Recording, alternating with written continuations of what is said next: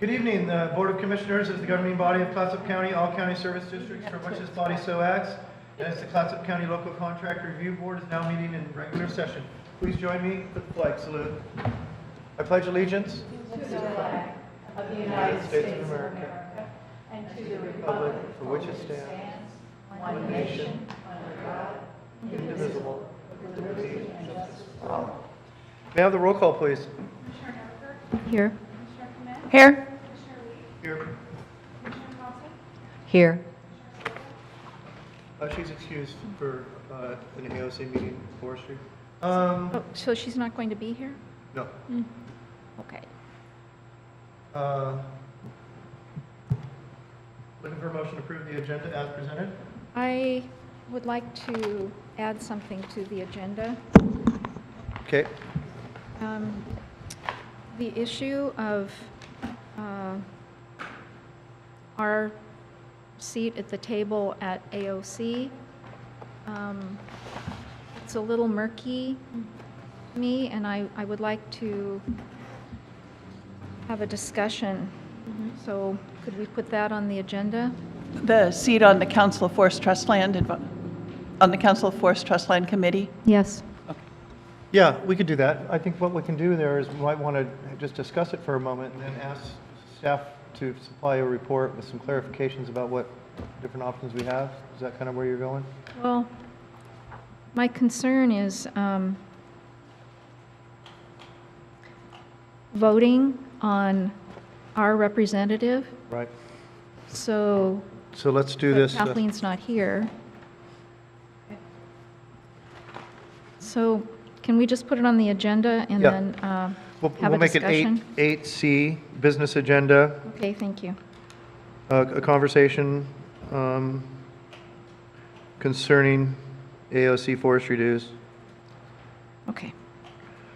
So we have, look for a motion to approve amended agenda, adding in a business item as 8C, a conversation concerning AOC forestry dues. So move. Second. We have a motion and a second to approve an amended agenda. All those in favor? Aye. Opposed? Motion carries. Thank you. Our next item is business from, our next item is our harm reduction presentation on the harm reduction program. I see this is just a little mixed up here for me. Fine. Good evening. Evening. How are we doing? Good, how are you? Good. I'm Mike McNichol, Clatsop County Public Health Director, and to my right is Carrie Strickland, the Executive Director and Jack of all trades for Jordan's Hope for Recovery. Great. I want to get the microphone a little A closer. little closer? A little closer. How about right there? Perfect. All right.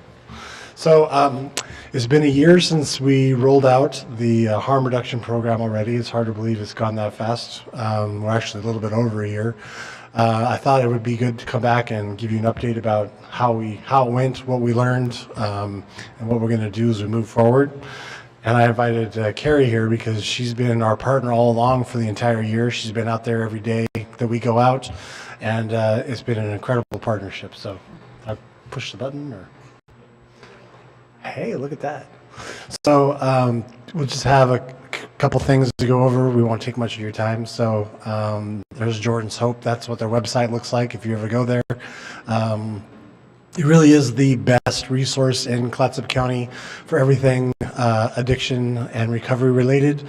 It's a fantastic website. It's updated frequently, and it's really a great resource for our folks in our county. Could I ask you, is that the funding for that? Does Jordan's mom do that? How does that updating happen? Because that's really an ongoing concern for websites. This is Jordan's mom. Thank you. I kind of thought, but I couldn't remember for sure.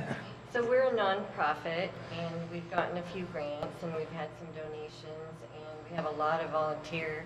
Our website, most of that work was done through volunteers.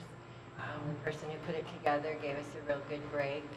And we have volunteers that help make the calls and update. And we have a Facebook page that helps us gather information.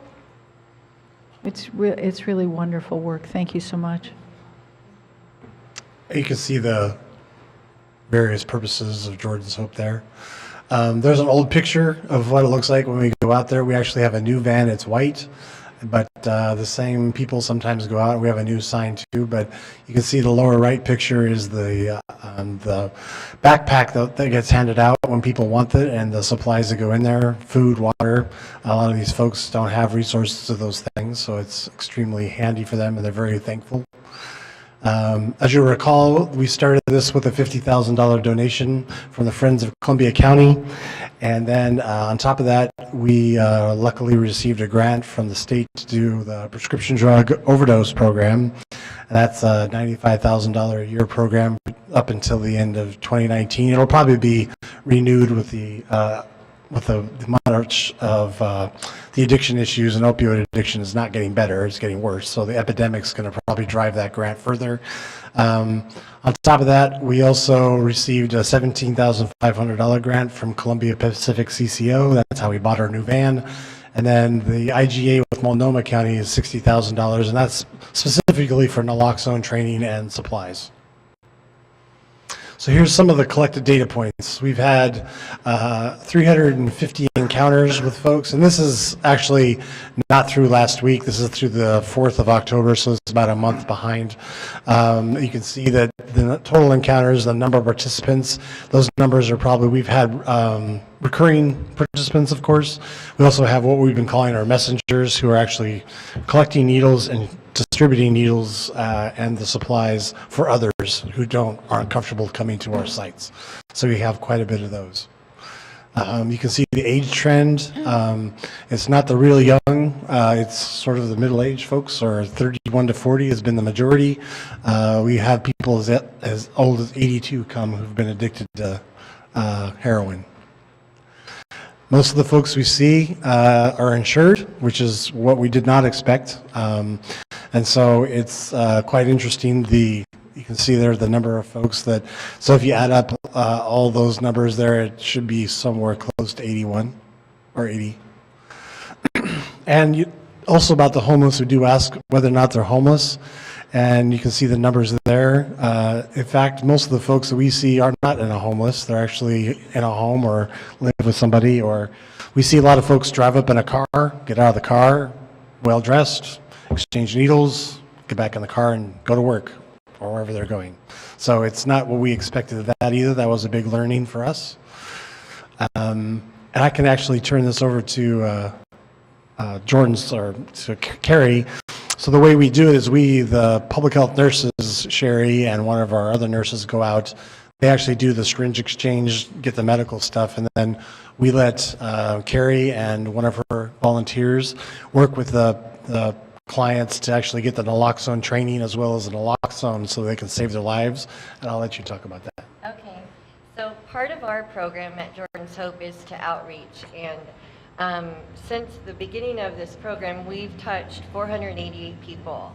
So some of these people come every week, and they're the same people over and over, but every week they get a goodie bag with our wristband, which has our website address, goodies in it, and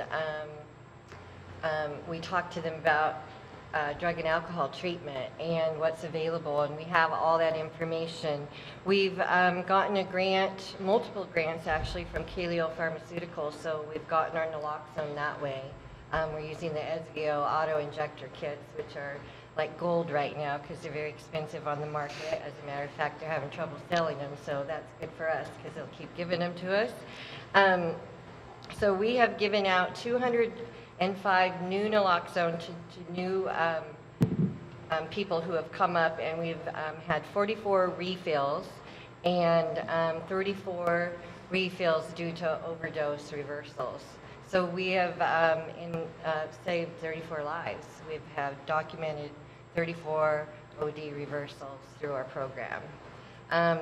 We've made actual on-site calls to rehabs and medicated assisted treatment programs 10 times at site, you know, right there in the back of my SUV. So it's a pretty amazing what we're doing. There's just so much more than the actual needles, taking in of the needles and exchanging the needles. There's that humanity piece and helping people to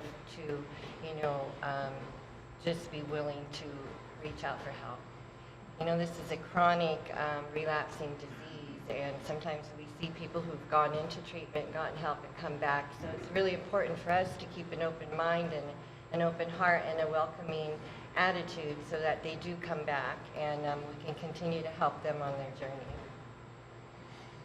That's just to repeat, that's 34 people that we've saved lives in just 1 year. So when we started this program, we thought that 1 would be our target. So we're both, we're surprised and yet saddened that it's what it's come to. That actually we're happy that we were there to be able to save those 34 folks who otherwise probably wouldn't be here with us. So more to the statistics. Since that time, over 150,000 syringes have been taken in, and over that has been given out. It's hard to even imagine a pile that high, but it's big, I can tell you that. It's like an entire truck full, a big truck. So. I want to give a perspective on this because it is a lot, and we look at it like, oh my gosh, but how many beer cans would there be laying around out there if we didn't have a refund policy? So we have to think about it in those terms. These are people who have an addiction, and this is their route to get the chemical that they're addicted to, not unlike cracking a beer open or a bottle or a cigarette or a coffee cup. You see those thrown out too. That's just my stigma speech for the day. Thank you. You can see that we still have, we're still going to 3 locations, Astoria, Seaside, and Warrenton, behind the Safeway. We're still working with Providence Seaside Hospital. They still allow us to be in their parking lot, and then behind the Fred Meyer in Warrenton. We're also still providing sharps containers. We've collected 573, have given out 750, and a lot of those are not just to clients, but other folks have wanted them as well. The police chief wanted a few. So there's other folks who are actually coming to us saying, hey, can we have some of these sharps containers? And we give them out because that's what we really want to do, is to get the sharps or the needles out of the circulation or anywhere near anybody where a kid or somebody else could get accidentally stuck.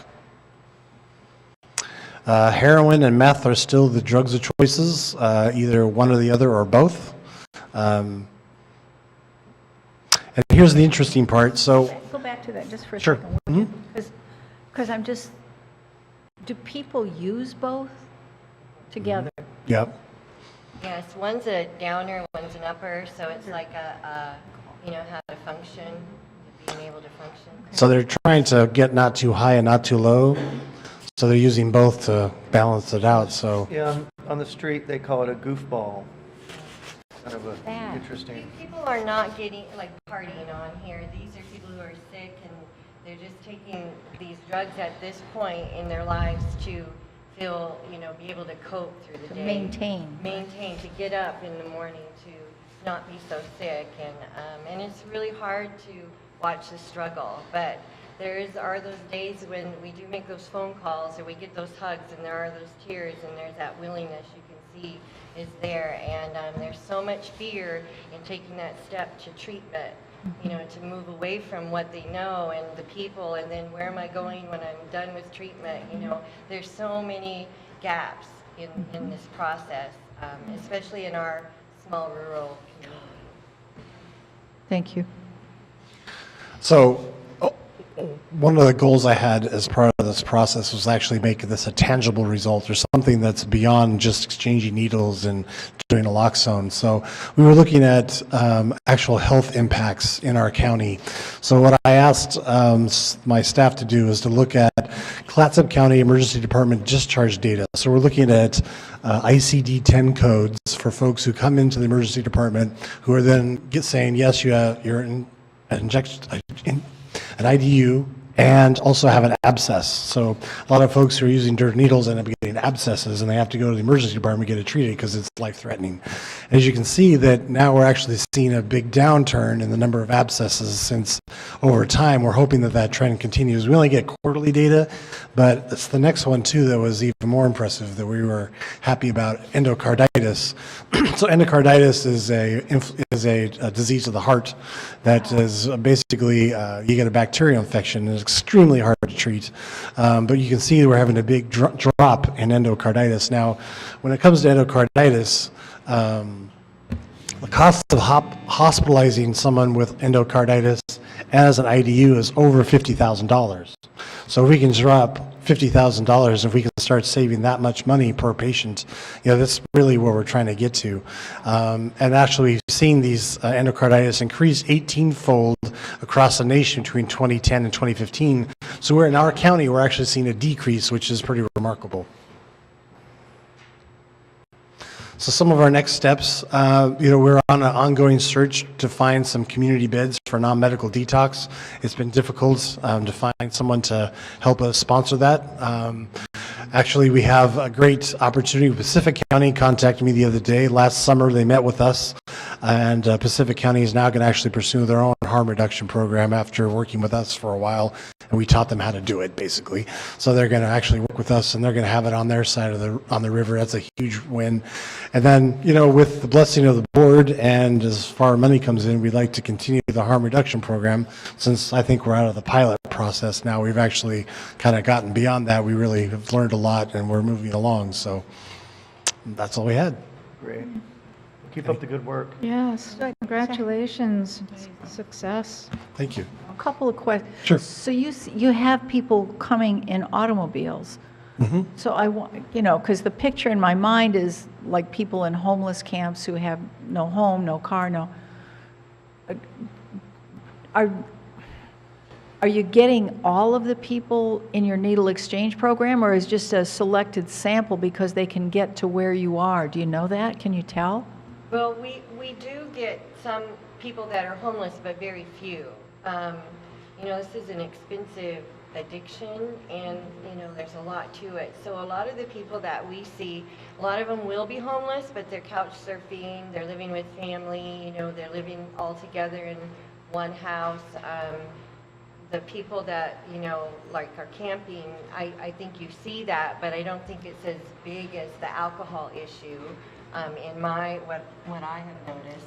Me either. And Okay. we haven't touched the surface of who's using and how many needles are out there. There are people who are functioning, high functioning and buy their own needles, or people who just are too embarrassed to come. And another sad note is if we weren't doing this, people are unable to get needles. Some of the pharmacies have refused to sell to them. They've asked for ID to get them. And I think the reason for that is that they were unable to keep needles on the shelf because there was such a need for them. Wow. So. Okay, so then the funding stream, that $60,000 from Multnomah County seems like a big piece of the funding. Do you expect that or hope that that would continue? It ends in April, so we're going to have to find other sources. Big hole. And although the difficulty is too is that so most of the funding anything that's federally related has federal touches to it. You can't buy syringes because it's against federal law for harm reduction. You can't do that. You can buy naloxone and you can buy the training and you can buy other things, but no syringes. So it kind of ties our hand on one major piece of this is trying to get those dirty needles out. So the only way we can get around that is to find other sources of funding, because that's just the feds until they change the law. That's not going to happen. Yeah, that was my next question. And so what do you have concerns in the future for funding? I do. I with that 60,000, that's a big chunk. Yeah. So part of the process is next year we'll be looking for some support from the board and really not necessarily for the training for naloxone on that part, but really the purchasing of supplies for the syringe exchange. If we can just find a resource for that, that's where we would be happy. Great. Well, I'm sure this board will do everything it can to help you, and just keep us updated. And we'll try to get you some money. Okay. And the beds, you know, the non-medical release beds, what's the size of the need for that? Do you have a number associated with that? That's a really tough one. So some of the people who come and see us, you know, a lot of those folks aren't willing yet to give up the addiction. So it's kind of at that point where the fear or not knowing what's going to happen next, you know, and Carrie does a great job of trying to help them to get to the point wherever they may be ready on that, you know, continuum of where are you on your, you know, path. So we've had a few folks who said, you know, I'm done. Call the folks, get me on MAT, whatever we need to do. But the missing piece still is, even if they were, they have to have detox first. So we don't have anywhere to go. That's the problem. We don't have that place to go immediately. We do have some out of county, but nowhere local. So that's where the rub's been. And we've been trying to figure out how to work with folks. You know, we have several possibilities, but it comes down to we still need that place where someone can go detox in a safe environment. And then when they're ready, they can get into the addiction and recovery. Okay, so that's a critical piece of data for the board to have as we go forward. I remember this graphic that I saw about brain biochemistry. When people are going into recovery, first they have to feel worse than they did before they started using, whatever, before they can recover. It's like, well, who wants to feel worse than you did when you started? And the answer is practically nobody. So the support of rehab is essential to get people through that dip. Right. And so help us see the need so we can help you meet the need. Okay. I think Great. that Human Services and we were just discussing this also at the PSCC meeting, they're very aware of the need for a detox center, and I think eventually it will come. But exactly how and when, we don't know, but I think we're all in agreement that it's needed, so I think we will. But I have some questions. Sure. Is the contact trend growing? Are you getting more people coming? You mean different faces? Yes. You are. Every week it seems like it's a little bit different from my experience. We don't see we do see some, but they're not every week. We see one group and then they seem to disappear. Then another group comes. But the key though is that when they do show up, they're not just exchanging for one person. They're exchanging for 3, 4, 5, 6. So we don't know who those 4, 5, 6 is. That's the issue, is that at some point we'd like to see them too. But you know, this is one of those trust things. There's still, even after a year, I mean, we've built a lot of trust, but there's still some trust that needs to obviously be built there. So, Is the naloxone self-administered? It's How? well, they know if you're overdosing, somebody has to administer Yeah. it to you. The product that we have is an SVO injector, and it's there's 2 doses in their auto, and they talk to you like the new EpiPens.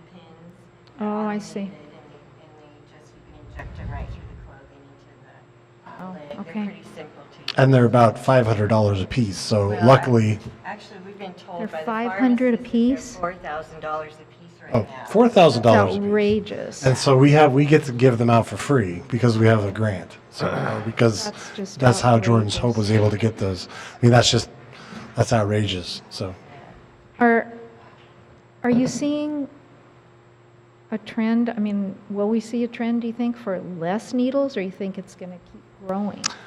we haven't seen less. Every month it's incrementally a little bit more. Where are people getting heroin? I'm sure they don't tell you, but We don't ask. do you have a sense of this?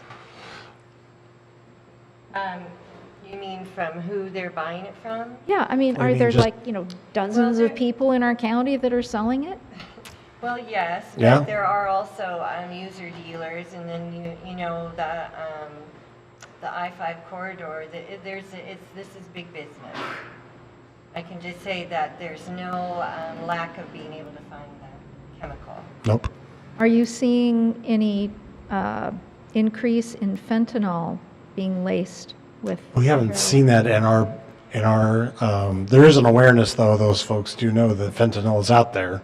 We've talked about that with them. They're aware. I'm not their fearful is not really the word I'd say, but they have an awareness of it. We haven't seen it yet, but we've been told that it's here, and it's getting mixed with things, so we're not sure. It is here? Yeah. It's happening. Why do you think it's growing? Do you have any sense of this? Well, my 2 cents is this, is that because Oxycontin and all those other drugs, there was a big push to have everyone make sure that they were pain-free. And that was a big push by pharmaceuticals, by doctors and everything. So then when people decided that, oh, opioids are out of control, now they've brought it all the way back to, basically it's very difficult to get a prescription for opioid. You have to have, like 3 doctors or something tell you that. A little exaggeration, but it's way more difficult now. So all those folks who are on the continuum when they were giving them out 60 at a time at your dental office, now you can't get them at all. They got addicted. What's my choice? So they turned to heroin because it's the same drug. So that's part of it. I think there's a lot of different reasons, but we see quite a few folks who started with, they had an injury, they took opioids, the opioids were taken away, there wasn't any alternative treatment that worked as well. Now what am I supposed to do? Horrible. What do you do with the needles? We have a contract with Recology, and they come and take them away, and they take them down and they're put in an incinerator. Okay. Those are my questions. Very sad. Thank you. All right, thank you for that report. It's very informing and up to good work. I do have one positive thing for the night, though. Okay. So we were actually able to land a school-based health center in Jewel School District. Good. So that's going to be a huge benefit for Jewel School. It was a long work, a lot of work, to get that done, but I'm very excited that we're going to start rolling that out starting tomorrow. So What are the barriers to having them at our other schools here? probably politics. Is it time to try again? What's that? Is it time to try again? Well, the 2 that I was targeted was Jewel and Napa, because they're the 2 that are shown to be medically underserved. So I was really after Jewel because it's really medically underserved, and it has been since 1974 when they first did the survey of who's medically underserved. So I really focused on those, and I was going to do Napa, but that got a little sideways. The trouble with Astoria, Warrenton, and Seaside and beyond is that they're not technically medically underserved because of their proximity to the hospitals and all the medical care. But I do think there would certainly be a benefit for the new Seaside school to at least consider it at some point. Well, it's my understanding that children of school age, the high school, that number is increasing of those who are essentially homeless, they're couch surfing, and so they don't really have access to health care, or they don't know. So I think we really need those Yeah. at the schools. I'm more than happy to have talks with our local school districts. That's how I just brought up the conversation with the superintendents, and we started going from there. So more than happy to reach Good. out to them when the opportunity comes along again. So, I know that it was set for Astoria to have one, and then there were parents who said no. we had the same issue in Jewel, but we got them to see the light, so to speak. So. Oh, well, whatever you did there, maybe you can do it in other places. So I have another suggestion that's kind of tangential to this. We have a job and career fair, and that's where employers and students come from all over Clatsop County, and one of the primary barriers to employment is substance abuse. So maybe you want to talk to Kevin Leahy and get a booth this year so that we can offer the support, because I think really what it takes to get through recovery is adequate support, and that's what you're doing with such love and respect and human kindness. You've really done something wonderful in our community. And if we can pair in people's minds that we are helping to support them to remove the barrier to employment for both employers and the potential employees, it'd be great to see you there. Yeah, be happy to do it. We we are lacking resources, and I think the whole concept of addiction, people are, there's a lot of stigma around certain addictions versus other addictions, but not unlike trying to stay on a diet or try to give up caffeine or nicotine. It's something that you go for and you try, and then you fail, and you got to get back on the horse. But when there's so much stigma around it, there's so much shame attached to it that people just get lost in it, and it's like, oh, I can't do that, and oh, I let everybody down one more time. So it's a hard addiction to get through. Right, but if you're there, it's also an opportunity to network with employers who may be able to fund because they want employees, and if they see that if they give you some money, they can maybe help increase the employment pool of available labor, you might be able to get some money and do more good work as well. So we have a we have a big recovery community here, and I think that there are a lot of great businesses that do employ people in recovery and work with them around their schedules for meetings and treatment and all the things that they need. So, I have one right now, and she's amazing. there you go. And she's been clean for 8 months, and Wow. just doesn't ever feel like she'll go back. But Excellent. she's very young and was sick for a long time. So good for But you. I trust her. She's proven to me that I would give her the key. So I Wow. think that's a big deal. That's a great story. Yep. That's a wonderful story. Thank you for that. So if we, as a community, can come together and have hope and support for each other, then we all flourish. Exactly. If we all do something, we'll make a difference. Yes, ma'am. See a little uplifting at the end of that. That was good. Good. All right, thank you. Thank you. Now is the time for business from the public. Is there any business from the public today? Seeing no business from the public, looking for a motion to approve the consent calendar. So move. Second. We have a motion and a second to approve the consent calendar. All those in favor? Aye. Aye. Aye. Opposed? Motion carries unanimously. Now we're going to go to the public hearings. We have two today. The first one is the first reading. These are both first readings. Ordinance 18-09, short-term rental amendments, page 23. May I have the staff report, please? Yes, good evening, Gail Henriksen, Community Development Director. Last month, we brought an update to the board about the status of the short-term rental ordinance that was adopted back in January. During that presentation, we presented you with some of the issues that staff had encountered in trying to implement the ordinance. And so based on the feedback we received last month, we've brought forward those changes in this ordinance here. A quick summary of it, there aren't very many changes. They're very procedural for the most part.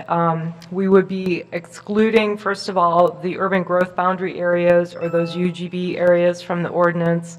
As we talked about last month, those areas are covered by separate agreements that specifically state that the city's ordinances and regulations apply in those areas.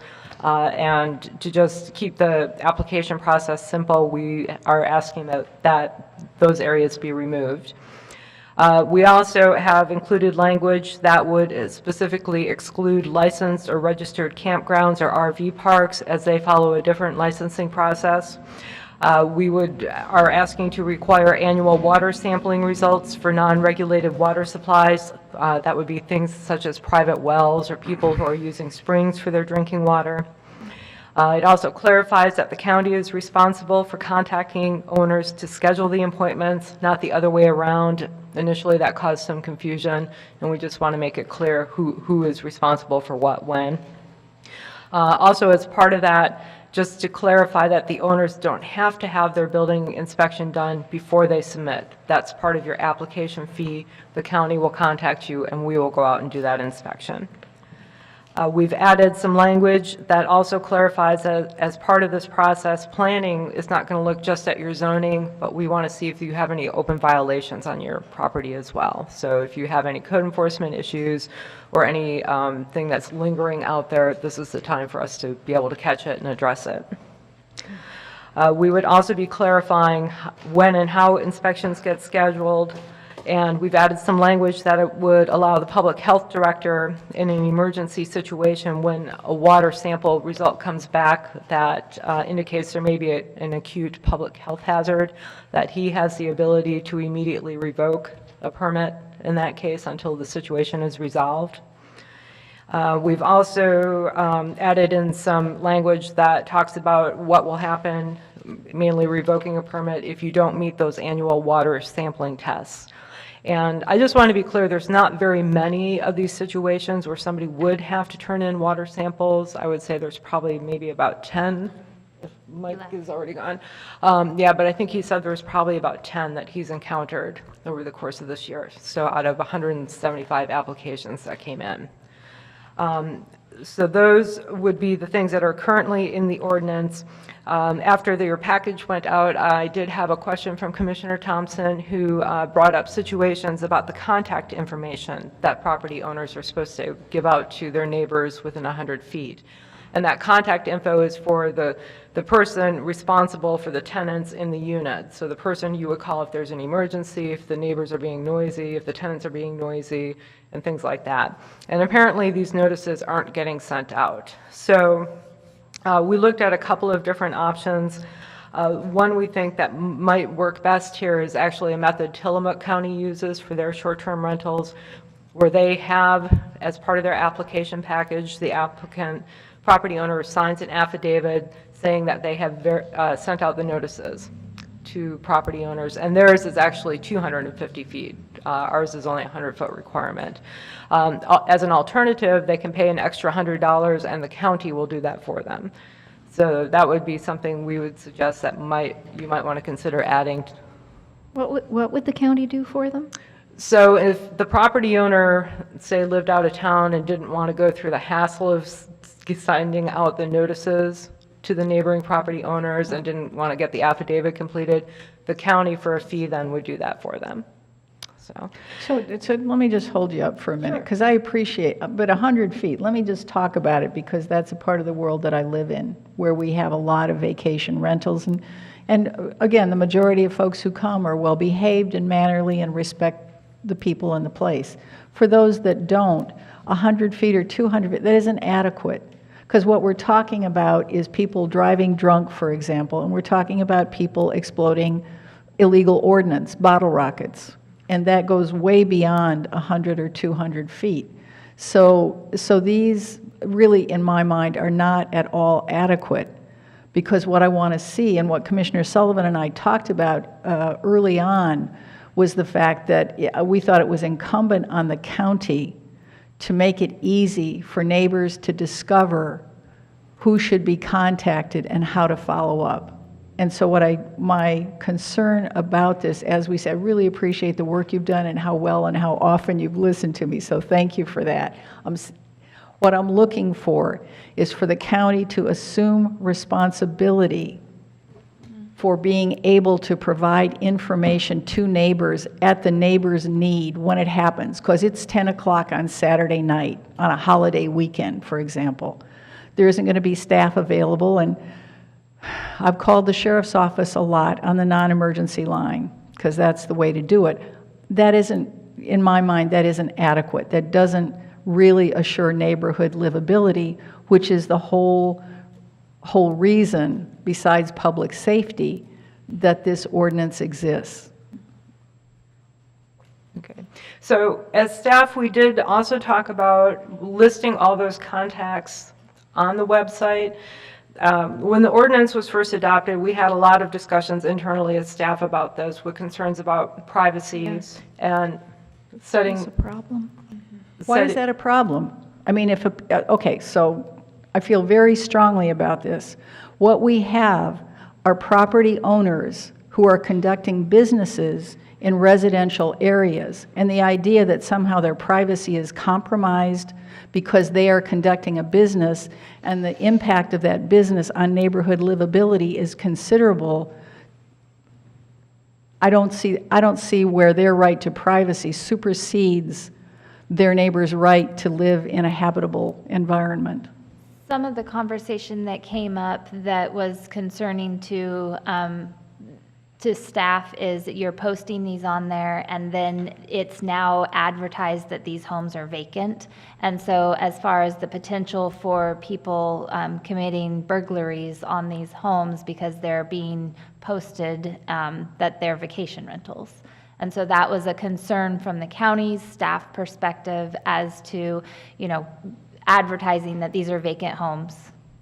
So how do neighbors protect the livability of the neighborhood if they do not have access to the information? I mean, what they do in hospitals is have people on call. Is the county staff proposing that they be on call if neighbors have concerns? Well, the contact person that the application requires is supposed to be the on-call person. It's not supposed to be the county staff. Okay, And so the property owners, as part of the ordinance, are required to send a notice to property owners within 100 feet, and the distance can be amended and discussed, but the property owner has that requirement to send that notice with that information to those property owners who surround them. Never happened. And so it's not getting done. So what staff has suggested this evening as a possible alternative is to do what Tillamook County does, which is to make the property owner sign a sworn affidavit saying that they've sent those notices out, and then code enforcement at that point can follow up and verify. If we don't receive the affidavit back, then it becomes a code enforcement problem. Or another way to do it would be just to amend the cost of the license and assume that the county will do it to assure that it happens. Because what we're looking for is that there is a bright, clear path to maintain neighborhood livability. I think what Gail had also suggested is that they can sign the sworn affidavit because in some instances it might be a burden or a hardship if they plan to hand those out themselves, where they also have the option, though, that they can pay the fee and the county would then. Who will monitor to assure that it's done? Because without enforcement, I mean, that's the whole point of this thing. Without enforcement, there really is no effective regulation. So who will follow up to make sure that this is happening so that neighbors know what to do and how to do it? That's my concern. I'm not volunteering any department tonight, but what's been happening so far is that assessment and taxation, and particularly Alicia up there, who's done a wonderful job monitoring and tracking everything, she makes sure that everything gets routed to the correct departments. I would expect that probably she would send, when we get a final permit, because they're supposed to send the final permit with the contact info, when we get that final permit issued, then she could notify community development. We habitually send these notices out to property owners within 250 feet, 300, 750 feet for various planning cases. It does not take us very long to do it. And even with the volume of it, it would not be an onerous thing for us to take on. So that would initially be my thought. But. Okay, that sounds like progress. Is it possible also to have a loop so that staff gets a report from the non-emergency line at the sheriff's department? So that those reports are, again, we're talking about effective monitoring and enforcement. And if there are complaints because people are calling the non-emergency sheriff's line during non-business hours. It's a conversation that we can have with the sheriff's office. This group of, the chief deputy sitting back there taking notes right now. I'm eyeballing him. And so it is a conversation because, as Gail mentioned, there are several departments that are involved in this whole process, and they have been working together to try and come up with a good plan. So as far as getting reports forwarded on, I would imagine that that's something that we could work on. Again, we're not trying to interfere with legitimate business activities. That's not the issue. The issue is people who are behaving badly, and is there effective monitoring and follow-up so that neighborhood livability is not negatively impacted. Thank you. You're welcome. I'd like to know, do you have any idea how many complaints we have on an annual basis? It's not monitored. Well, Nobody would know. well, but I know because I've made a lot of them. But this is the way it's done in cities, is people call and complain, so then there's a record. So do we know, is this a big problem? Community development has not received complaints, particularly about things like noise and drunk drivers and things like that. That would probably almost exclusively be coming through the sheriff's office. Right. It's been an issue for a long time with the neighbors, I'm telling you. I know that I keep saying this and you keep doubting it because you're talking about a city, I'm talking about what happens out in unincorporated Clatsop County. It isn't that I'm doubting, it's that I just like to know what facts are. There aren't data because the data have not been collected. No data, no problem. Well, there would be data if people call and complain. There would be. If people thought they had an effect, they would be calling to complain, I promise you. Okay. And this is something before next reading I can check with the sheriff's office to see if I can find any data or any statistics. Yeah, the reason I bring this up is sometimes there is a perception, I'm not saying that it isn't real, but I have seen this happen where people perceive that there is a widespread problem, and so laws are enacted or ordinances are changed when really the data isn't there. So I just want to make sure. I have a question about why is Arch Cape excluded?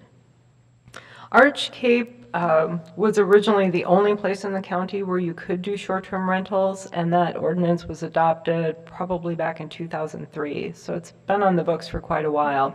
And I think, and I wasn't here when you all did your initial discussions, but I would guess that rather than going back and trying to change the Arch Cape rules. It was Okay, just so we easier. already have that, that's Yeah. good. Okay, I thank you. think the plan is eventually to merge them, but in some ways, the Arch Cape restrictions are more, considerably more restrictive, and deal more with planning issues than behavior issues in some ways.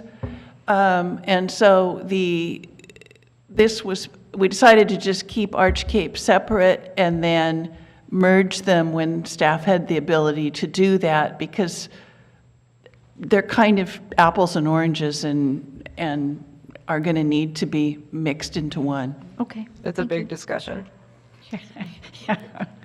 Thank you for that staff report. You're welcome. I kind of got out a little of my off script here a little bit, so thank you for that staff report. And now I'm going to go ahead and, open the public hearing for ordinance 18-09. This is a time set for a public hearing on 18-09 short-term rental agreements. May we have the first reading by title, short title only? Okay, ordinance 1809, an ordinance adopting amendments to Chapter 5.12 Clatsop County Code to address processing and application requirements for short-term rentals within unincorporated Clatsop County, excluding Arch Cape. Does any commissioner have a conflict of interest to report? Okay. I will now open the public hearing. If you wish to testify, come forward and give your name and address for the record. You have 3 minutes. Is there anybody here tonight to testify on this public hearing?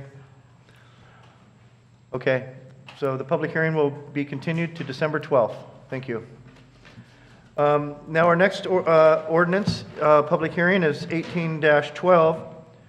This is a time set for a public hearing on ordinance 18-12, map amendments, Cowlitz Indian Tribe Tidal Marsh Restoration. We may have the staff report.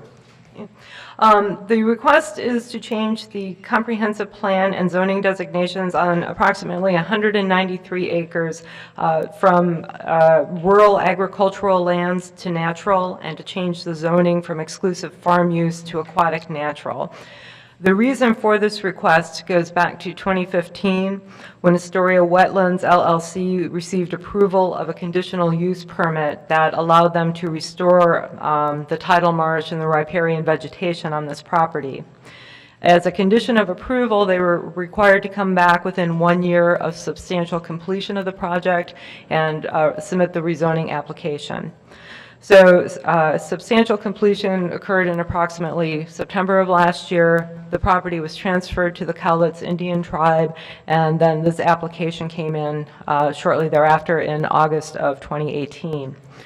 We did take the application to the Planning Commission on October 9th of this year, And the Planning Commission had some concerns about what would happen with the approximately 44 acres of upland property that was not part of the restoration project. They had concerns that we would be creating a substandard size parcel, which we're not allowed to do by code. The minimum size in EFU or exclusive farm use zoning is 80 acres, and this would be approximately 44 acres. The other concern that they had was that the uses that are permitted in the EFU zone, including farm use, and there's some, mining, quarrying, campground type of activities, might not be compatible with the newly restored wetlands. So they had some concerns about that, and when they made their recommendation, they recommended that the board not only approve the applicant's requested changes, but that the board also go further and change the comprehensive plan designation and the zoning designation on the upland portion as well. And the Planning Commission made a recommendation of changing that to natural for the comp plan designation and changing the zoning to natural uplands. The property owner came back after the meeting, kind of counter-offered that, offered a different zoning designation, which staff initially looked at and had concerns because it still allows a lot of intensive uses. So we also contacted the county's legal land use council, and the bigger concern, more than what zoning classification should be on those uplands, is more one of process. And when the original conditional use permit was approved in 2015, that upland area was not part of the request. It was not part of the condition of approval. It was not addressed in the staff report or in the conditions in the notice of decision. That upland area was not part of the applicant's application in 2018, and it was not included in any of the published notices or mailed notices that staff sent out to surrounding property owners as part of the application process. So staff continues to stand by its original recommendation to the Planning Commission that just the restored area be considered as part of this particular ordinance. If there are to be changes to the upland area, that would have to go through an application modification. We would have to renotice it, republish the notice in the paper, and then take it back to the planning board before we could really address anything with the upland area. So having said that, the staff's original recommendation, which we still continue with tonight, is that you do approve the change to, or approve this and agree to schedule it for a second hearing is really what we're looking at. Looking at the change to from rural agricultural lands to natural, and the change of zoning from EFU, exclusive farm use, to aquatic natural. Just one other thing to bring up. First of all, the applicant is here this evening. And secondly, at the Planning Commission, we did have comment from a member of the public, Steve Fick. He will also be here tonight to address the board as well. And having said that, I'm happy to answer any questions you might have. Okay. Thank you for that staff report. Are there any questions for staff? May we have the first reading by short title only? Yes. Sorry.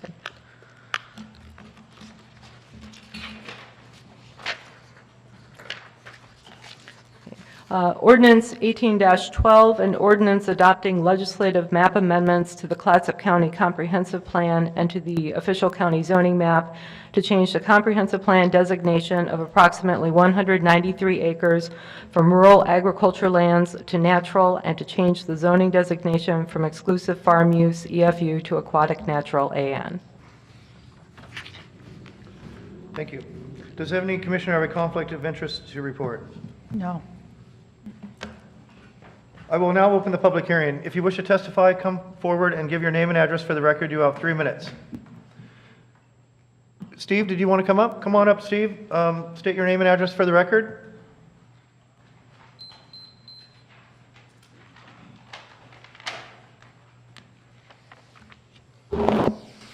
For the record, my name is Steve Fick, P.O. Box 715, Astoria, Oregon.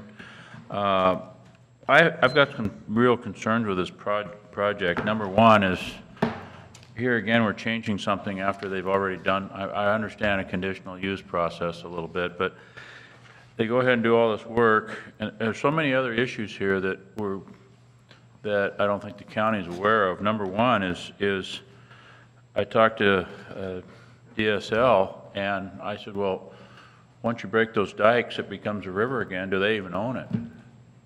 The other thing that I have a real frustration with this was BPA funded this for at least $10 million. And part of this project was with Astoria Wetlands, I believe was an East Coast business that they sell mitigation credits. And as soon as they've developed this site, they're calling it wild fish habitat. And the intent of that then is to no longer fund fisheries projects in Youngs Bay, because the fisheries projects will contradict the wild fish habitat work. And so you'll have impacts that will not, as the same challenge we're having in the main stem of the Columbia River right now, which was part of the design of the Kitshopper plan, which that in itself affects millions of dollars of income to our county and the lower region of the state here, and Washington. So when we throw all this together, I'm really frustrated by it. There was testimony brought up about those concerns. The other thing is there's a significant amount of money that will be made off of these credits. And if you go through with this and allow the change, I would think that you should at least value this land at the level of the investment, at a minimum of the level of investment they've put forward on this.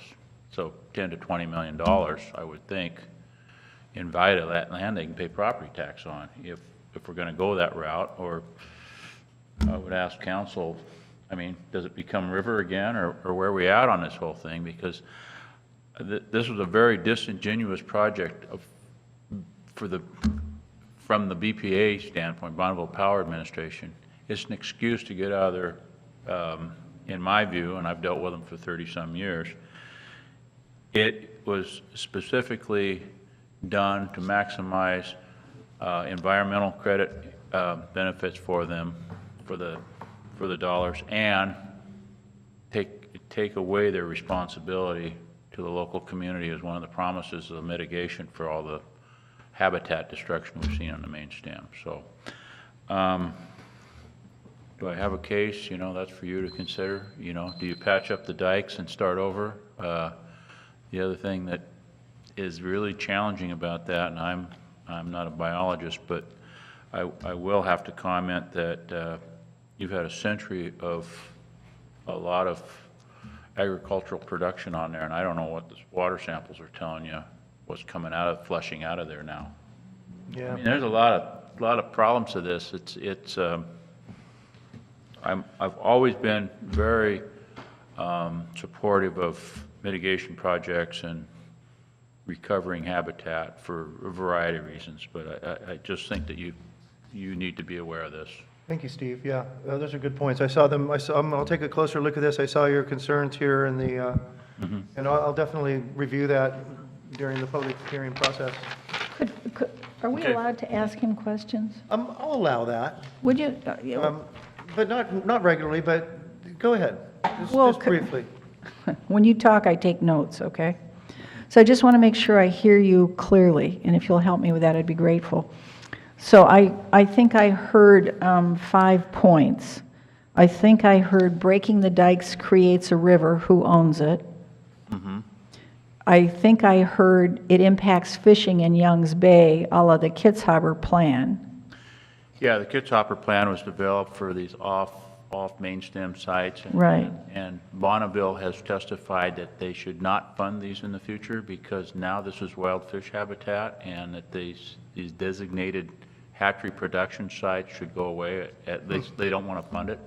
So I just don't know enough to understand what you just said. It's complicated. Let's. Okay.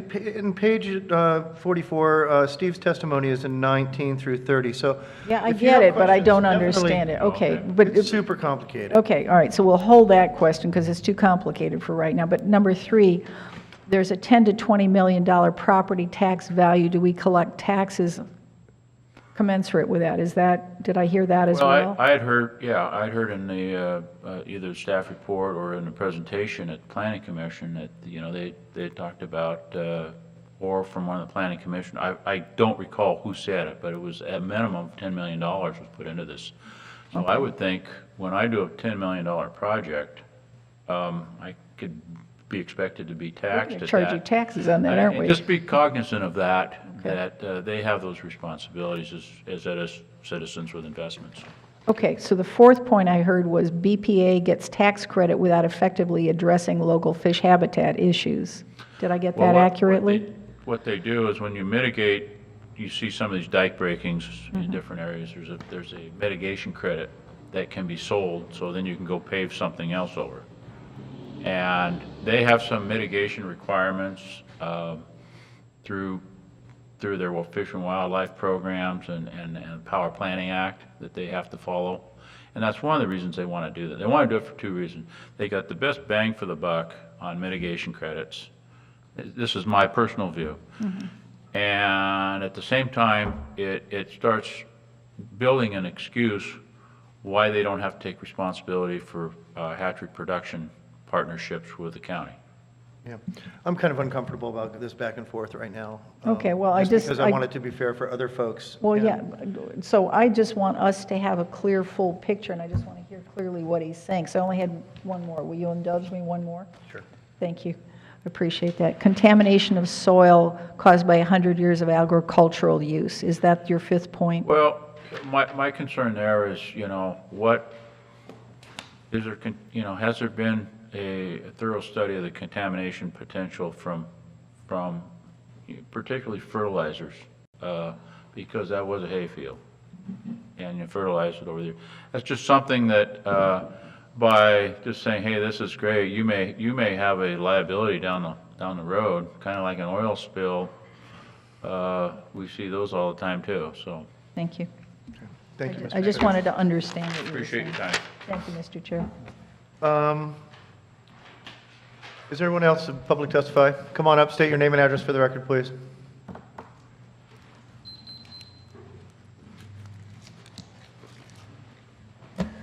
Good evening. My name is Will Rasmussen. I'm a land use attorney from Miller, Nash, Graham, and Dunn. I'm here on behalf of the applicant and landowner, the Cowlitz Indian Tribe. First, I'd like to thank the county planning staff and the commission for its time today and its time over the last about 4 years working on this project. We're glad to be wrapping it up.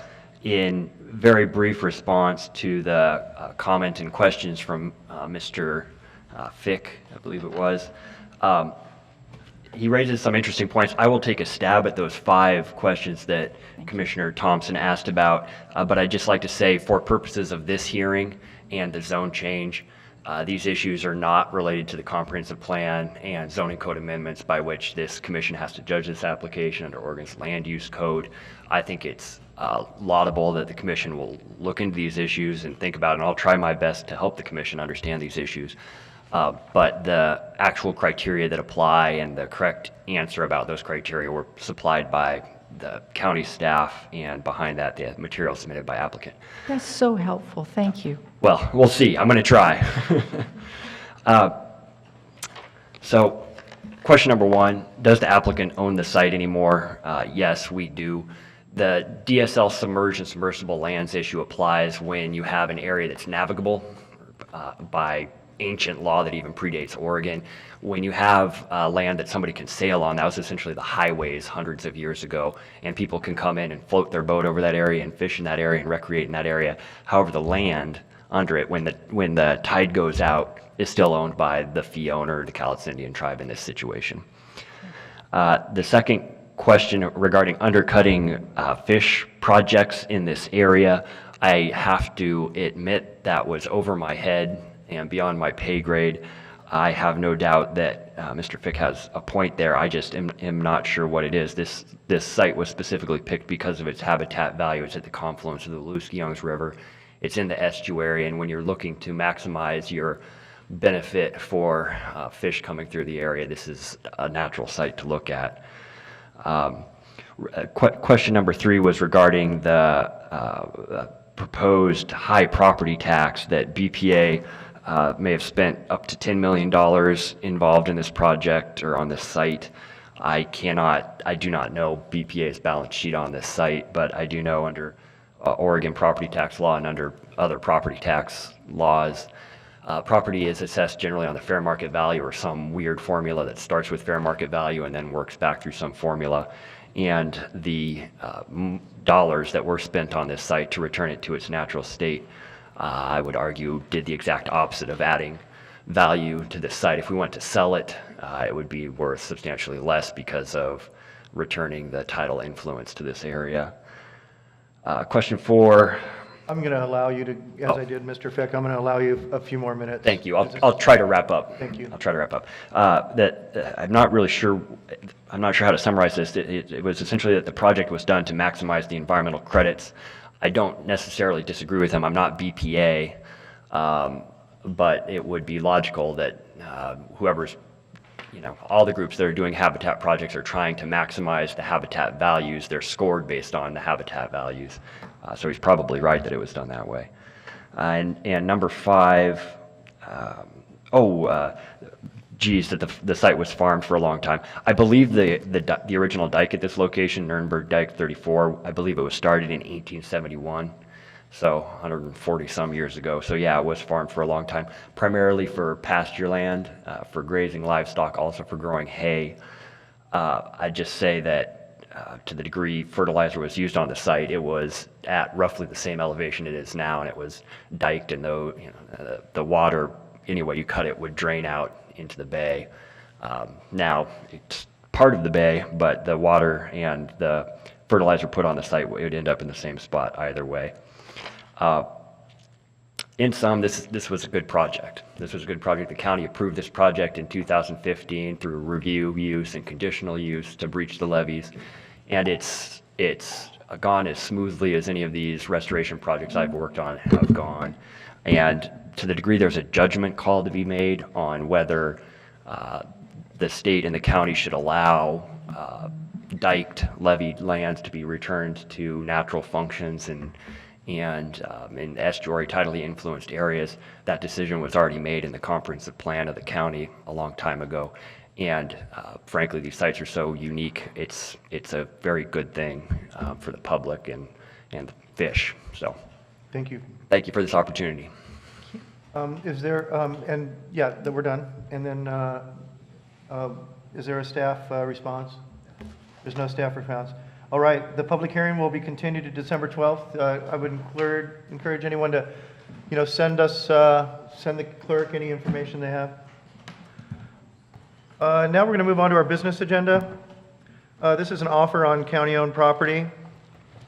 Consider an offer on county-owned property, page 287.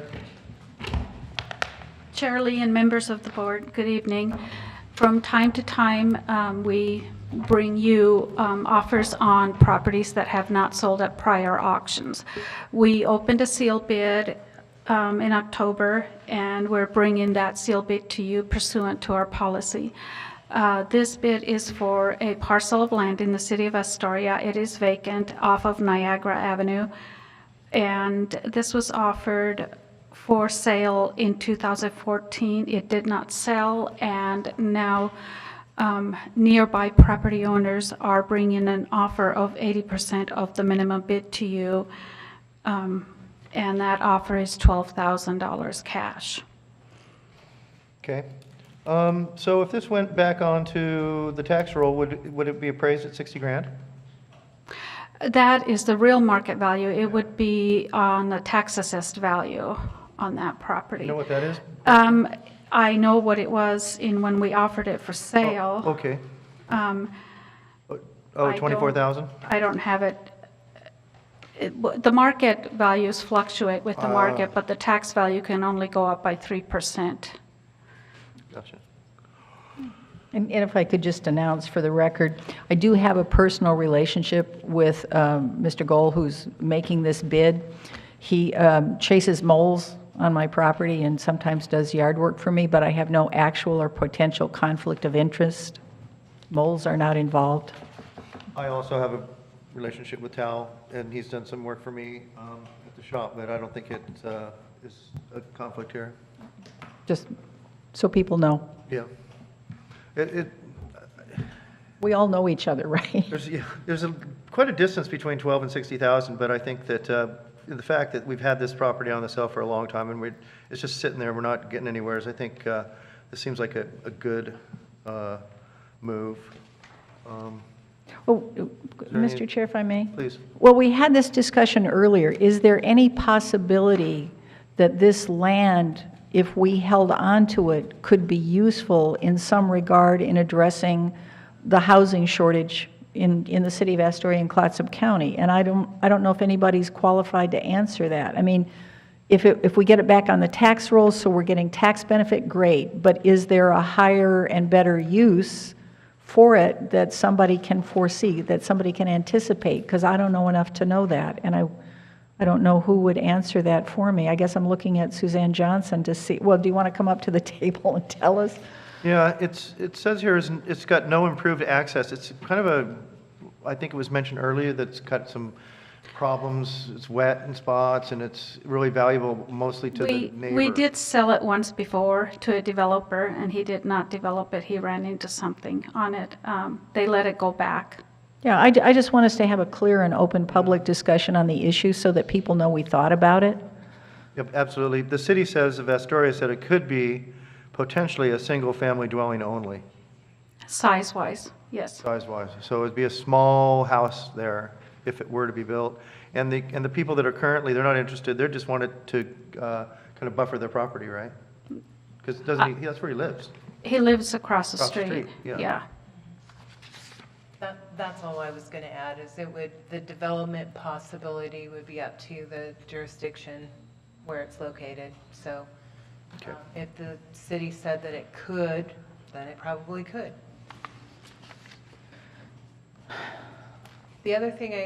One other point I wanted to make also is when it comes to the value, we set a minimum bid, that's part of our process in the ordinance, and we don't bring them to your attention, or any still bid that's less than 80% is the rule in the ordinance. So this meets that requirement. I don't know, what do you think? I think that's fine, we should sell it. So sit on it for another 10 or 20 years, this doesn't seem to make any sense to me. Not to me either. Okay. Is that your staff recommendation? Yes. I'll look for a motion.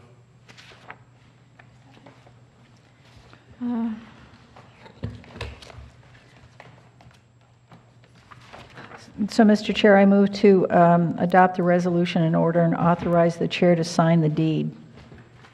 Second. We have a motion and a second to adopt the resolution order on county-owned property and authorize the chair to sign the deed. All those in favor? Aye. Opposed? Motion carries. Thank you. Thank you. Our final item tonight on the, oh, no, not our final item, our second to the last item is the Bicycle and Pedestrian Fund Fiscal Year 2018-19 Implementation Plan, page 295. So what's going on with the bicycle world here? Good evening, Michael Summers, Clatsop County Public Works Director. I brought a visual aid, I brought some copies of that, if you can't get it up.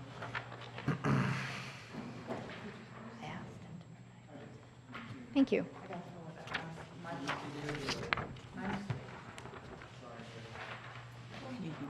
She said something about not being able. Thanks. Oh, big print, we like that.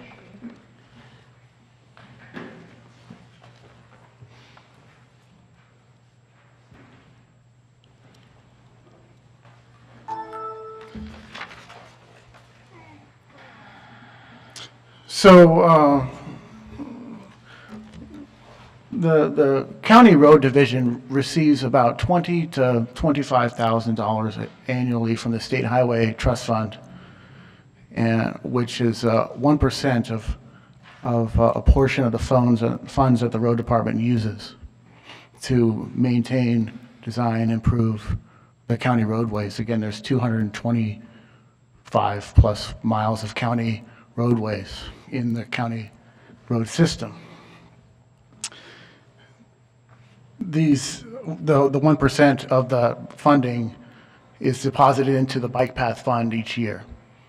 And the funds have a limitation where they can be built up over a course of 10 years. And now that 10-year mark has come and actually has passed. So where there's a need for the county to expend some of these bicycle facility funds. In the fiscal year 18-19 budget back in February that I proposed Table 1, which is a series of projects to expend the funds, which included a bicycle master plan update, including a feasibility study for a parallel route from Seaside to Warrenton along the highway. Some bike lane paving maintenance for Ridge Road and Delora Beach Lane, which is done. Columbia Beach Trail Connector. Columbia Beach Lane is located at Highway 104 and connects up to Ridge Road in the Warrenton area. It's one of our underserved, under-improved roadways to improve that roadway section. And the Westport Bicycle Facility Project is a construction in Westport to rebuild some roads, reconstruct the roadways in Westport, Oregon. In the need to expend the funds this fiscal year, there's become we need to accelerate this process in order to meet the requirements for this, for the fund rules. So I propose an alternate method. The method still being the Bicycle Facility Master Plan, which was last updated in 1993. It's a 25-year-old plan, which some of which has been implemented, some of which not. But 1993 is 25 years ago, and in the transportation function of the county, especially there's been a lot of growth in the Warrenton area, there's been a need for a refresh for that plan. That comes with the recommendation from our local Oregon Department of Transportation folks, the engineering folks, the planning folks at ODOT recommend an updated plan to facilitate the future use of these funds moving forward. The other change, really what I'm asking for direction tonight is to still work on those other plans on the budget, but focus on 19th Street bike lane and pedestrian way improvements. If you look on the map up there, that's my hand-drawn sketch of what the plan is. This particular area warrants facilities for pedestrians. With the animal shelter in the upper corner, it gets a lot of pedestrian use as is. 19th Street, the way the road characteristic is, it has a 6-inch shoulder.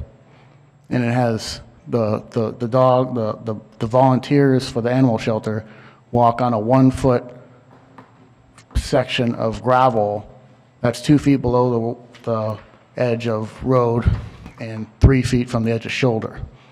The section of this roadway is 35 miles per hour, and it gets a lot of use. The Forest Rim subdivision is to the right on the screen, lower right. There's a fair amount of pedestrian use, and then it's a pedestrian corridor with the retail and the Walmart, Costco, the fast food area. It warrants a complete street improvement with bike lanes and sidewalks. So that's the plan moving forward. So what you're saying here is that you want to, we're going to direct staff to complete a solicitation for the new bicycle facility master plan, and that's because it's 25 years old.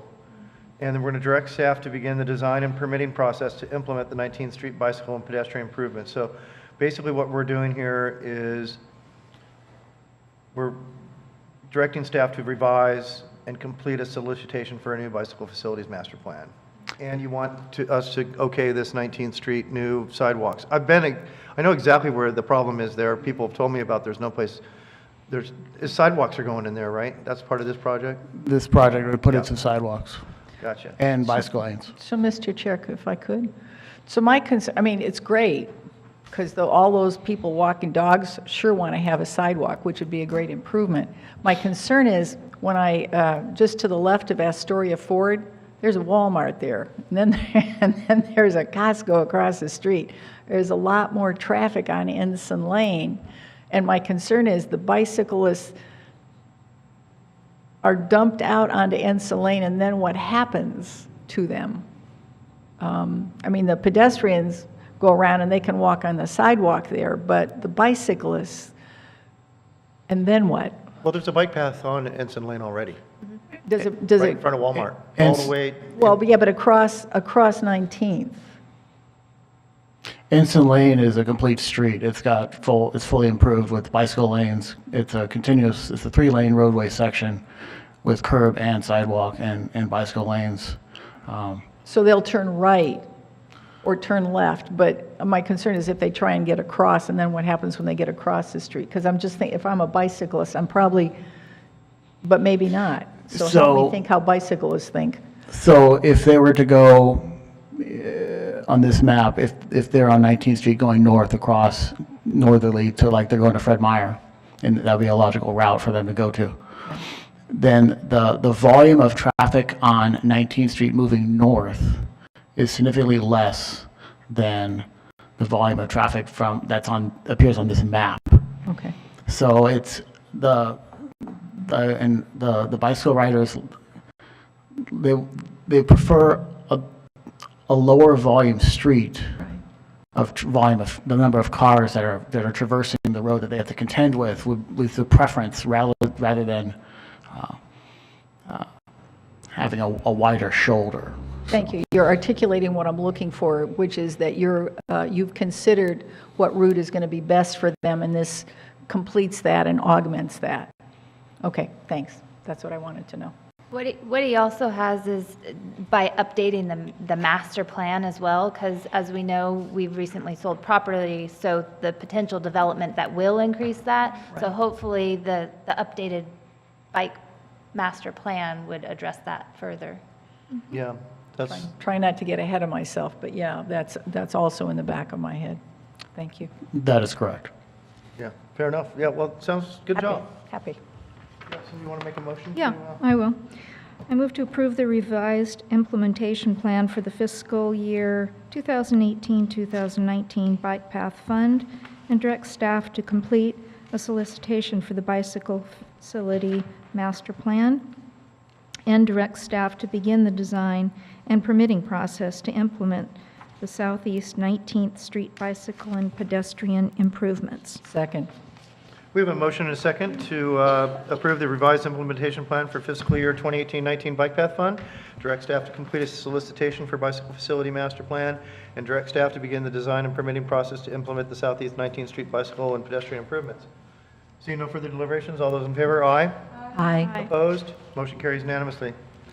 All right, our last item on the business agenda tonight, Commissioner Nebeker requested that we add a item to our amended agenda and have a conversation concerning the Forest AOC dues and the Forest Trust Lands Advisory Committee. Unfortunately, Commissioner Sullivan is not here today, and that's her area. Right. But I wanted to just kind of have a little conversation and allow Commissioner Nebeker's questions to be brought up. I've been thinking about it while you were during the meeting, and so, yeah, go ahead. Heather. Yeah, Heather. Mr. Chair, if I may, I think it might be good for the board if I could interject to, Kathleen asked for a legal opinion regarding the Council of Forest Trust Lands, or she asked me to give it to her sort of on the fly, so it's an email. So it wasn't done as a formal memo for the board. But she was asking about the breakfast meeting at AOC and, attendance at it and what was going to happen and so on. And I said, well, the Council of Forest Trust Land Committee can't change Clatsop permanent seat being held open. Right now it's shown as open because we haven't paid our dues. without changing the bylaws, because the bylaws say we have a permanent seat, and, you know, it doesn't say that can go away. So they'd have to change the bylaws.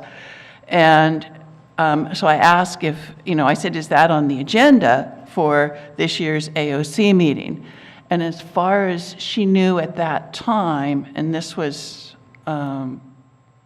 October 28th, it was not on the agenda. Now, whether Council Forest Trust Land Committee has added that to the agenda, but they would have to, the first thing they would have to do is change the bylaws to permanently deny Clatsop a seat. But that doesn't mean that they can't prevent somebody from participating and voting if they haven't paid their membership dues. So Yeah. it's sort of a different issue, but related, and I wanted just to get that out there. And I feel like I don't want Commissioner Sullivan to feel at a disadvantage. And so I think we should probably pay the dues, if that would help. There's another issue as well, that usually at that meeting is when we vote for who's going to represent Clatsop County. I'm kind of assuming that Commissioner Sullivan is willing to continue. But Yeah, I'm sorry, I didn't mean to interrupt you. well, but if we are not there and we can't participate in the breakout session to vote, then, I mean, can we vote to have her be that representative here tonight? When do we do this? Well, in years past, when I was doing it, you know, we had a permanent mesh. We kind of, I remember the one year that Commissioner Thompson was at, it was just like, you know, I did it for a couple of years. I passed it on to Commissioner Thompson, and it was just kind of we did it kind of by, we didn't really consensus, really. And then, you know, after Commissioner Thompson was there, then Commissioner Sullivan wanted to do it, and that's kind of where we're at now. Right. And I would like her to continue. She seems to be very competent at these meetings, and she has a lot of knowledge, but... Well, I think it's her, I think we need to get kind of some messaging from her. Well, we can't do that We're not going to be able to do that before. before AOC. Okay. I think we're in a little bit of a pickle here, but, you know, honestly, Sarah, I don't think that we're going to lose much here. There was a reason we chose to not pay the dues, because we didn't feel that our voice was being heard or respected. Right, but now we're in this pickle. We're in this, and I think it would, I don't think we should just all of a sudden pay the dues now. Why? Because How could that not be an advantage? How would well, that I be think a of kind of, disadvantage? I don't know. It would seem like we're surrendering a little. I'm having trouble here because I haven't been. I've just been getting some brief reports from Commissioner Sullivan about what's going on there, and I think I would support if she wanted for us, if she thought that we should probably pay the dues again, and that would give her the seat at the table that she feels she needs, I would support that. So the question, you know, so that's the question. I don't know what she wants to do. When are they due? Hmm? When are they due? They were due The 5th. the 5th. And I wrote an email, but I guess it didn't go through or something happened. Well, okay, here's, Heather, do I have the authority to allow Commissioner Sullivan to decide, and then can I, on my authority, pay the dues? If that was what, you know, because we don't have another meeting going. No. No, it's not legal or public. Well, Well, we can vote as a commission to pay the dues. Yeah, I mean, your commission could always vote tonight to pay the dues, but if Chair Lee is saying he wants Commissioner Sullivan's vote on it, the only way you could do that is to call a special meeting, which you can do by telephone as long as you can all hear each other, and members of the public can call in as well. A special meeting, to get Commissioner Sullivan's input as to whether or not we should pay the dues? Can you call her right? Is that what you're asking? Charlie? Unless they wanted to. Yeah. Well, we could, how am I going to fix this? It should have, if we're kind of backed into a corner Well, I here. can't imagine that she would say, we shouldn't pay any dues, because she's already been at a disadvantage, because they're saying we haven't paid their dues, so they're not wanting to listen to her, and she's kind of having, it seems like she has to kind of push her way in. And I don't want to see that continue. I want her to feel that, even if they're wrong in what they're saying, we've paid dues in the past, and Right. I mean, I understand the desire to also push back to them. I understand that. I don't think we should pay for the assessment that they want us to pay for the litigation or the legal fees. I don't think we should pay that. So you think we should pay the dues and but not the assessment? That's what I think. Is that an option? I don't know. Why isn't it an option? I don't know. I just Yeah, asked that the was just a question. I'm question. asking for a Yeah. legal ruling. Do you know about that? Could we pay our dues and not the assessment? I don't know what their response would be. I would assume they'd cash the check. Okay, well, I'll tell you what, here's what we'll do. How much is it? How does this sound? Let me have a conversation with Commissioner Sullivan, and I'll direct if I have some questions, and then if we have to do a special meeting, we'll do a special meeting by That would phone. have to be advertised. When are you gonna And there will, advertise it will be an emergency meeting, and there will be notice, and we'll all. Yeah, no, it's And we'll a do a meeting. special meeting by phone. I can be here, Have 5 days' notice? depending on what, does that sound good to you? Like what is Depending, because we want to strengthen her position. Uh-huh. So, I'm going to have a conversation with Commissioner okay, Sullivan. then and we if all she- have to be here? No, we can call in. When? Well, we'll have to set that date for. Okay. It would have to be noticed tomorrow Okay. in order to meet, because the meeting is Tuesday. Oh, Yeah. boy.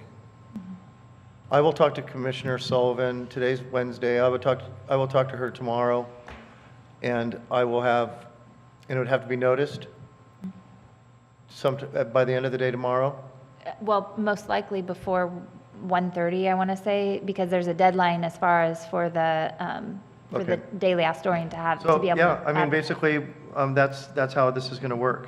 So then I'll talk to Commissioner Sullivan, and then I'll send an email to the clerk and you, Monica, Okay. kind of deciding what path forward that Commissioner Sullivan wants to take. Okay. And I know she's right there tonight, getting ready for the meeting tomorrow morning, so I'll try to catch her as soon as I can. So we have a deadline of 1:30 tomorrow? Well, I can't say exactly what time it would have to be to the Daily Astorian in order for them to meet their notice, because it would need to go in the paper. Tomorrow's Thursday, it would need to go in the paper for Friday. I'm not entirely sure of the emergency public notice time, but in order to give time when your meeting is going to be, because your meeting is going to have to be Monday. Right now? Jack, do you know what the deadline is for the paper? Not your department, okay, just checking, Or you want just me to call checking. her? Thought you might be a subject matter expert Do you on have this, her but. both numbers? Her, What number are you going to call? well, she has a mobile. It's the 440-4643. If you're going to put her on the phone, it should probably be on the speaker so that the public can hear. I'll Well, we put can it- put I'll it put on it on- speakerphone. I can put it on speakerphone with my phone, I know. and it's pretty loud. You said the, It's 503-440-4643. yeah.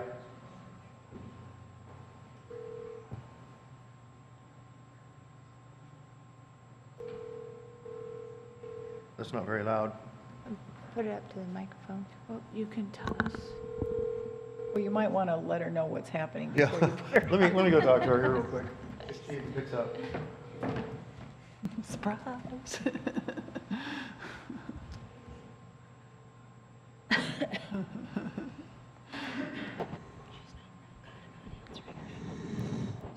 Joe, candid camera. Predates you. Well, there's some, I can't remember what that show is called. It's radio stations that do it, that call in. So that's, I guess the plan is, I just thought 11:30 was the deadline for the paper, if we're trying to be, yeah, Ted is saying 11:30. B, does that make 11:30? Yeah, I'm talking, yeah, Jack doesn't know, anybody know? I mean, usually they say I'm on deadline, I have to have it in by 11:30, that's all I know. I hear you. Well, we're gonna, I'm sorry, I apologize, this is Tom, messy, Tom this is will kind of be able messy. to tell you what time. what to do. We got till 11:30, I'll go with that as a target date, I'll try to get a hold of her. If I don't, we don't, and that's where we're at. Okay, is there any?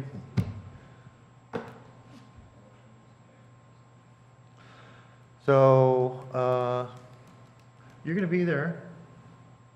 Well, I'll be at AOC. Yeah, you'll be at AOC. But- Traditionally, you've gone to those meetings, so. Yeah, but 24 hours notice. So the meeting's on Tuesday. So, so it would have to be in the paper by Friday. But it's not about being in the paper, Okay. it's about sending out the notice. Sending out the notice. But if Okay, you- well, that I gets mean, us it's some- nice to have it in the Yeah. paper. I'm gonna call her tomorrow, I'll talk to her tomorrow, and we'll figure out what's going on. Well, here's an issue I see. All members of the Clatsop County Board of Commissioners who are attending the conference would probably want to go to the breakfast, but the deadline for letting them know about coming to the breakfast was the 5th, and because we weren't a member, I assumed we wouldn't be at the meeting. That's what I assumed So I as didn't well. tell them. So how do we know? So there are a couple of issues that are involved. Right. We can go and not eat, we can go and look pitiful and be hungry, but, you know, we'll see. I'll make sure that the board is briefed on what Commissioner Sullivan direction she wants to go in, and Whether or not she wants us to pay dues? Is that, I think that's the question. has she said in the past she didn't want us to pay dues?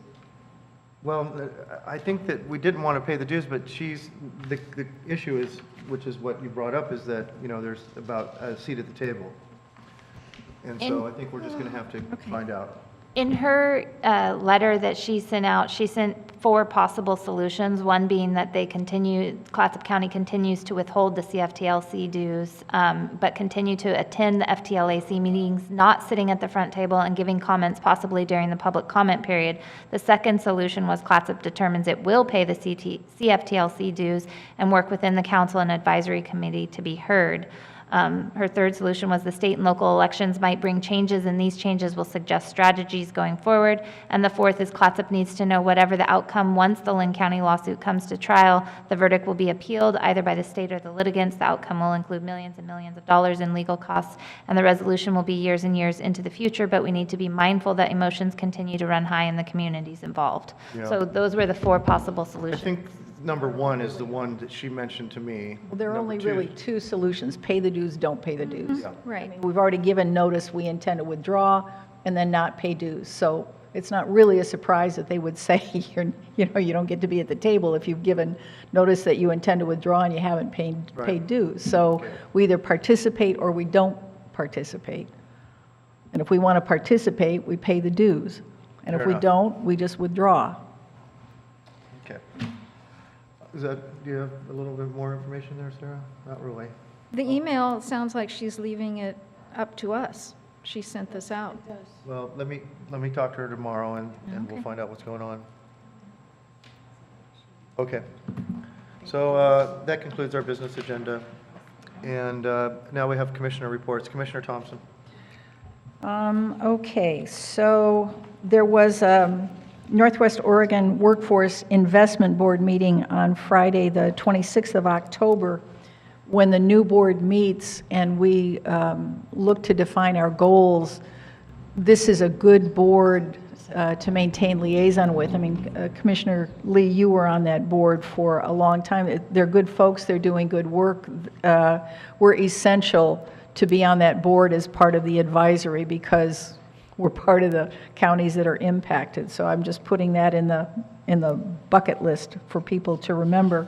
Thank you for being on that board. It's really important And it's legal and good people doing good work. It's really exciting and fun. The county had a housing meeting. I sat in the audience. I am not able to attend the one on the 13th in Seaside because I'm at the AOC conference. There were several comments from the community. I was concerned no one from rural Clatsop County was on that board. That's one of the reasons, that technical advisory committee, that's one reason I wanted to be there to speak for rural Clatsop County. Representative Boone was here and expressed surprise from the audience that no growth was predicted in rural Clatsop County. Neither she nor I think that that's an accurate prediction, but we'll see how it goes forward.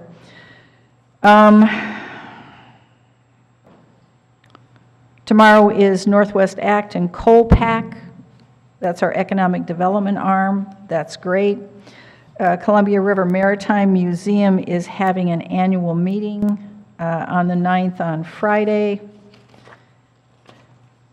AOC's annual conference is next week, and it's an opportunity for new commissioners or for returning commissioners who wish to learn more about the role of commissioner. It's really a wonderful experience, and I heartily recommend it for continuing members. It's a chance to learn a lot. It's a chance to meet wonderful people and to have both a bigger picture with more specific data, great skill set, and it's a chance to help people see more about Clatsop County, that we're here and we matter. And where and when is this? It happens all around, but I'm happy to give you more information, or Mackenzie Farrell probably it's on the AOC website. The specific dates aren't there, but it's all over Oregon, so you get to go around and see where people live, and so it's really a great idea. I'm running for second vice president of the Association of Oregon Counties. It's a contested position because Coos County Commissioner Melissa Cribbins is running. I don't know if I'll win or not, but it's an opportunity to do publicity and public relations for Clatsop County. It's an enhancement to our credibility as a county if one of us stands up and says, certainly consider us for leadership in the Association of Oregon Counties. So I'm going to do that. Whether or not I'm successful, I don't know, but I'd appreciate your support. I'm hopeful that we're entering into an era where we will be more effectively and productively engaged so we can bring home more resources for Clatsop County. And that's it for me. Maybe Chair Lee is talking to Commissioner Sullivan. Well, we'll see. We might be able to I'm sure. decide some things, right? That's what's happening. Is there a recess now? Is this? It's a temporary recess, it appears. Oh, yes. Or Thank you can for the wait reminder. If you wish. Yeah, let's hold off think that until clock is wrong. Chair Lee comes back and with the information. Yeah, it didn't. Yeah. Okay. Wait, the clock is wrong? Yeah. No? Yeah. It's 7:41, not 6:41. So instead, Wait, It was incorrectly set. oh, it was supposed to spring ahead. It was supposed to fall behind, but it sprang ahead. Totally. Thank you. it's just, It's confusing enough doing it the regular Minute. way, right? well, so it's just off by a few minutes. That says almost 7, not almost 8. It says almost 8. How come that little hand isn't moving closer to the I 8 don't know. then? It's an odd thing. So do we have a decision? Taking, yeah. We do. Oh, good. Commissioner Sullivan, and this is kind of reflective of the conversation we had, wants us to hold our ground. And she said she's going to go to the meetings.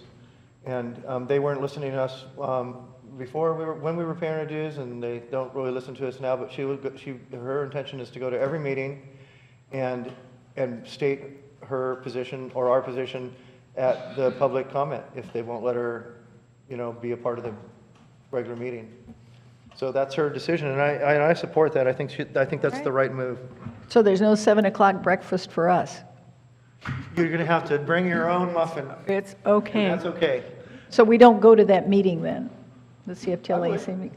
Well, you want. why go if there's nothing? Yeah. Because, It doesn't- well, she's going to go. Okay, I guess that's an individual choice for the commissioners, and maybe you should ask Kathleen that. Because I think that if I was going to AOC, I would go and give her support, even though we're going to have to sit on the outside. And even then, I could go up and make a business from the public. So, well, I look forward, to, we'll see how it goes. We'll see how it goes. Okay, All right, I gave my report. thank you. You're welcome. Okay. Commissioner Heffiker. Yeah. I don't know if it's really doing any good. I mean, I hope Kathleen derives some good from us standing our ground in this way, but I don't really see that that's. Yeah, she good route. feels pretty strongly that she's kind of taking the right Okay. path, All right. and I I will support her on respect that, that. I think. Well, and she also mentioned that, there's going to be a new board, and come next spring, the new board can make a decision and revisit this issue. Okay. Yeah. Okay, so I attended the Public Safety Coordinating Council meeting, and we continue to look at the SIMS, sequential intercept mapping, for those of us who went to that presentation all day some time ago.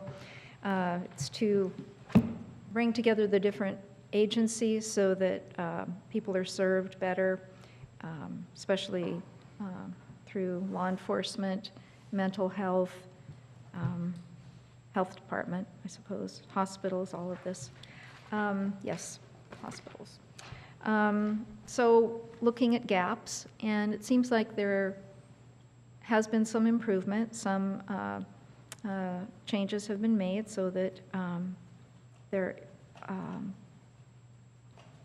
communicating better, at least some of the agencies. And I think the PSCC will continue to monitor this and work on this. It seems that the PSCC seems to be the place where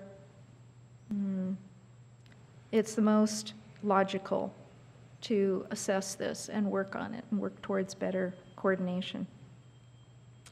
There were discussions about sobering centers in the state and their benefits. The state has granted money to Josephine County for expansion of their sobering station. And we know that Josephine County is really hurting financially. So that's good that they got that. The goal is to help people without taking up space in the emergency rooms. So this is partially addressing detox centers. Mental health is answering calls from families about persons who are having issues like decompensating, and they're making house calls, which I think is really great. Prescriptions for opioids has been reduced. We heard this in the presentation. It's been reduced statewide by 30%. But the increase for illegal opioids in the state is 300%. Yeah. Harm reduction would suggest we need to have a medical facility to administer Suboxone or methadone. Again, a detox center, and this may be coming. I feel hopeful because there's a lot more conversation about it. And and both Providence and Columbia Memorial are planning to have safe rooms coming in the future. So that's really good. And I attended the progress report on the housing study, and Commissioner Thompson was there too. And I found there to be good information and insight. And I'm hopeful with the completed study that the cities and county will see ways forward with housing.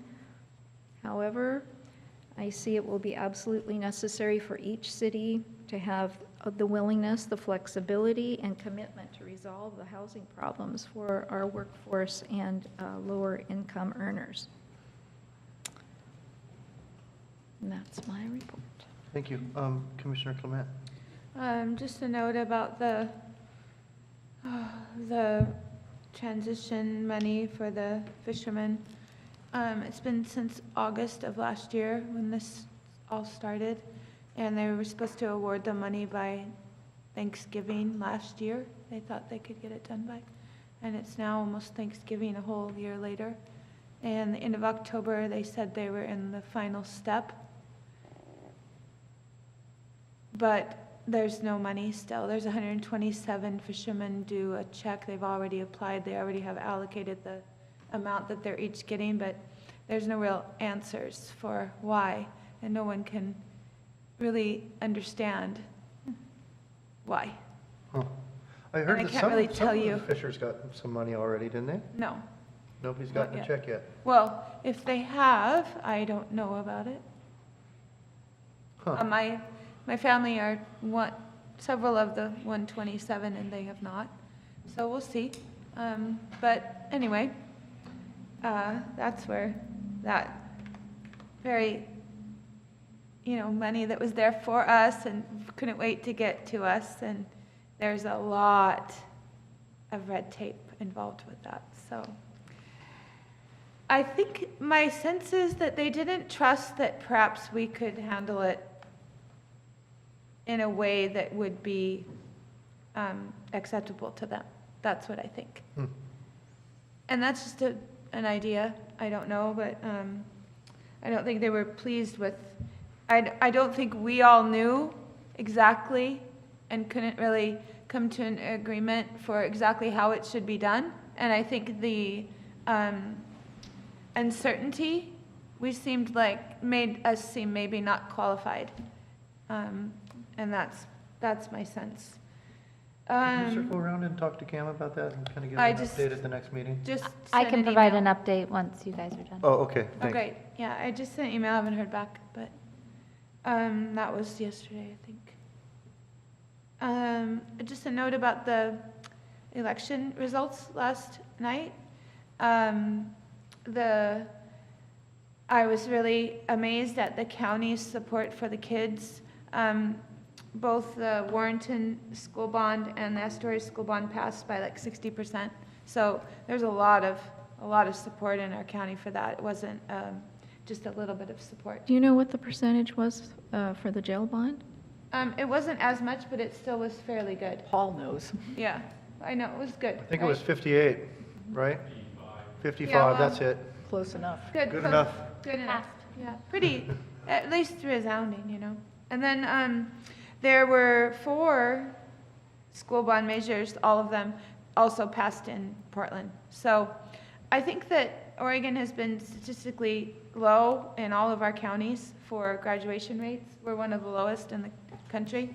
So I think that I'm just thrilled that we're paying attention to that, and I think that this kind of is an avenue to hopefully help that. I think if you're proud of where you go to school, it helps to want to go there, especially when the ceiling isn't falling on you like it is at the middle school. So we're happy about that. Also, it will help with security at the high school, which they haven't been able to implement.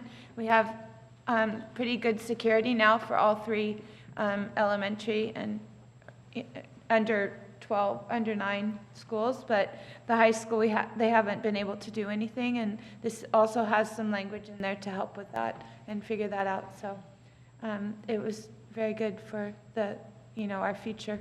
So Great. yeah. I have nothing to report. I went on vacation to the Southwest. and Good so for I had a you. really good time. Mr. Chair, could I? Please. It occurred to me, we've got one more meeting left where you'll be there and hopefully the county manager would be there. If we had an executive session, a work session, so we could have kind of what amounted to an exit interview with both of you, so we could talk about, what you thought worked, what you thought didn't work, how we can improve for the future. I checked with county counsel and she said, well, you'd have to call it an executive session to evaluate personnel. Well, that's okay, but what I'm interested in is that we debrief and just look together in a really candid conversation about how we can go forward and do better. And so I wonder if we could have an executive session before our final board meeting when you and the county manager hopefully could both be there. That's interesting. Let me think, yeah, I think that might be a positive transition tool. Yeah, and that's what I'm looking That's for. what you're, Yeah. Let me talk to Cam about that, and yeah, Thank you. I appreciate that. Yeah, I think that could be valuable. Yeah, okay.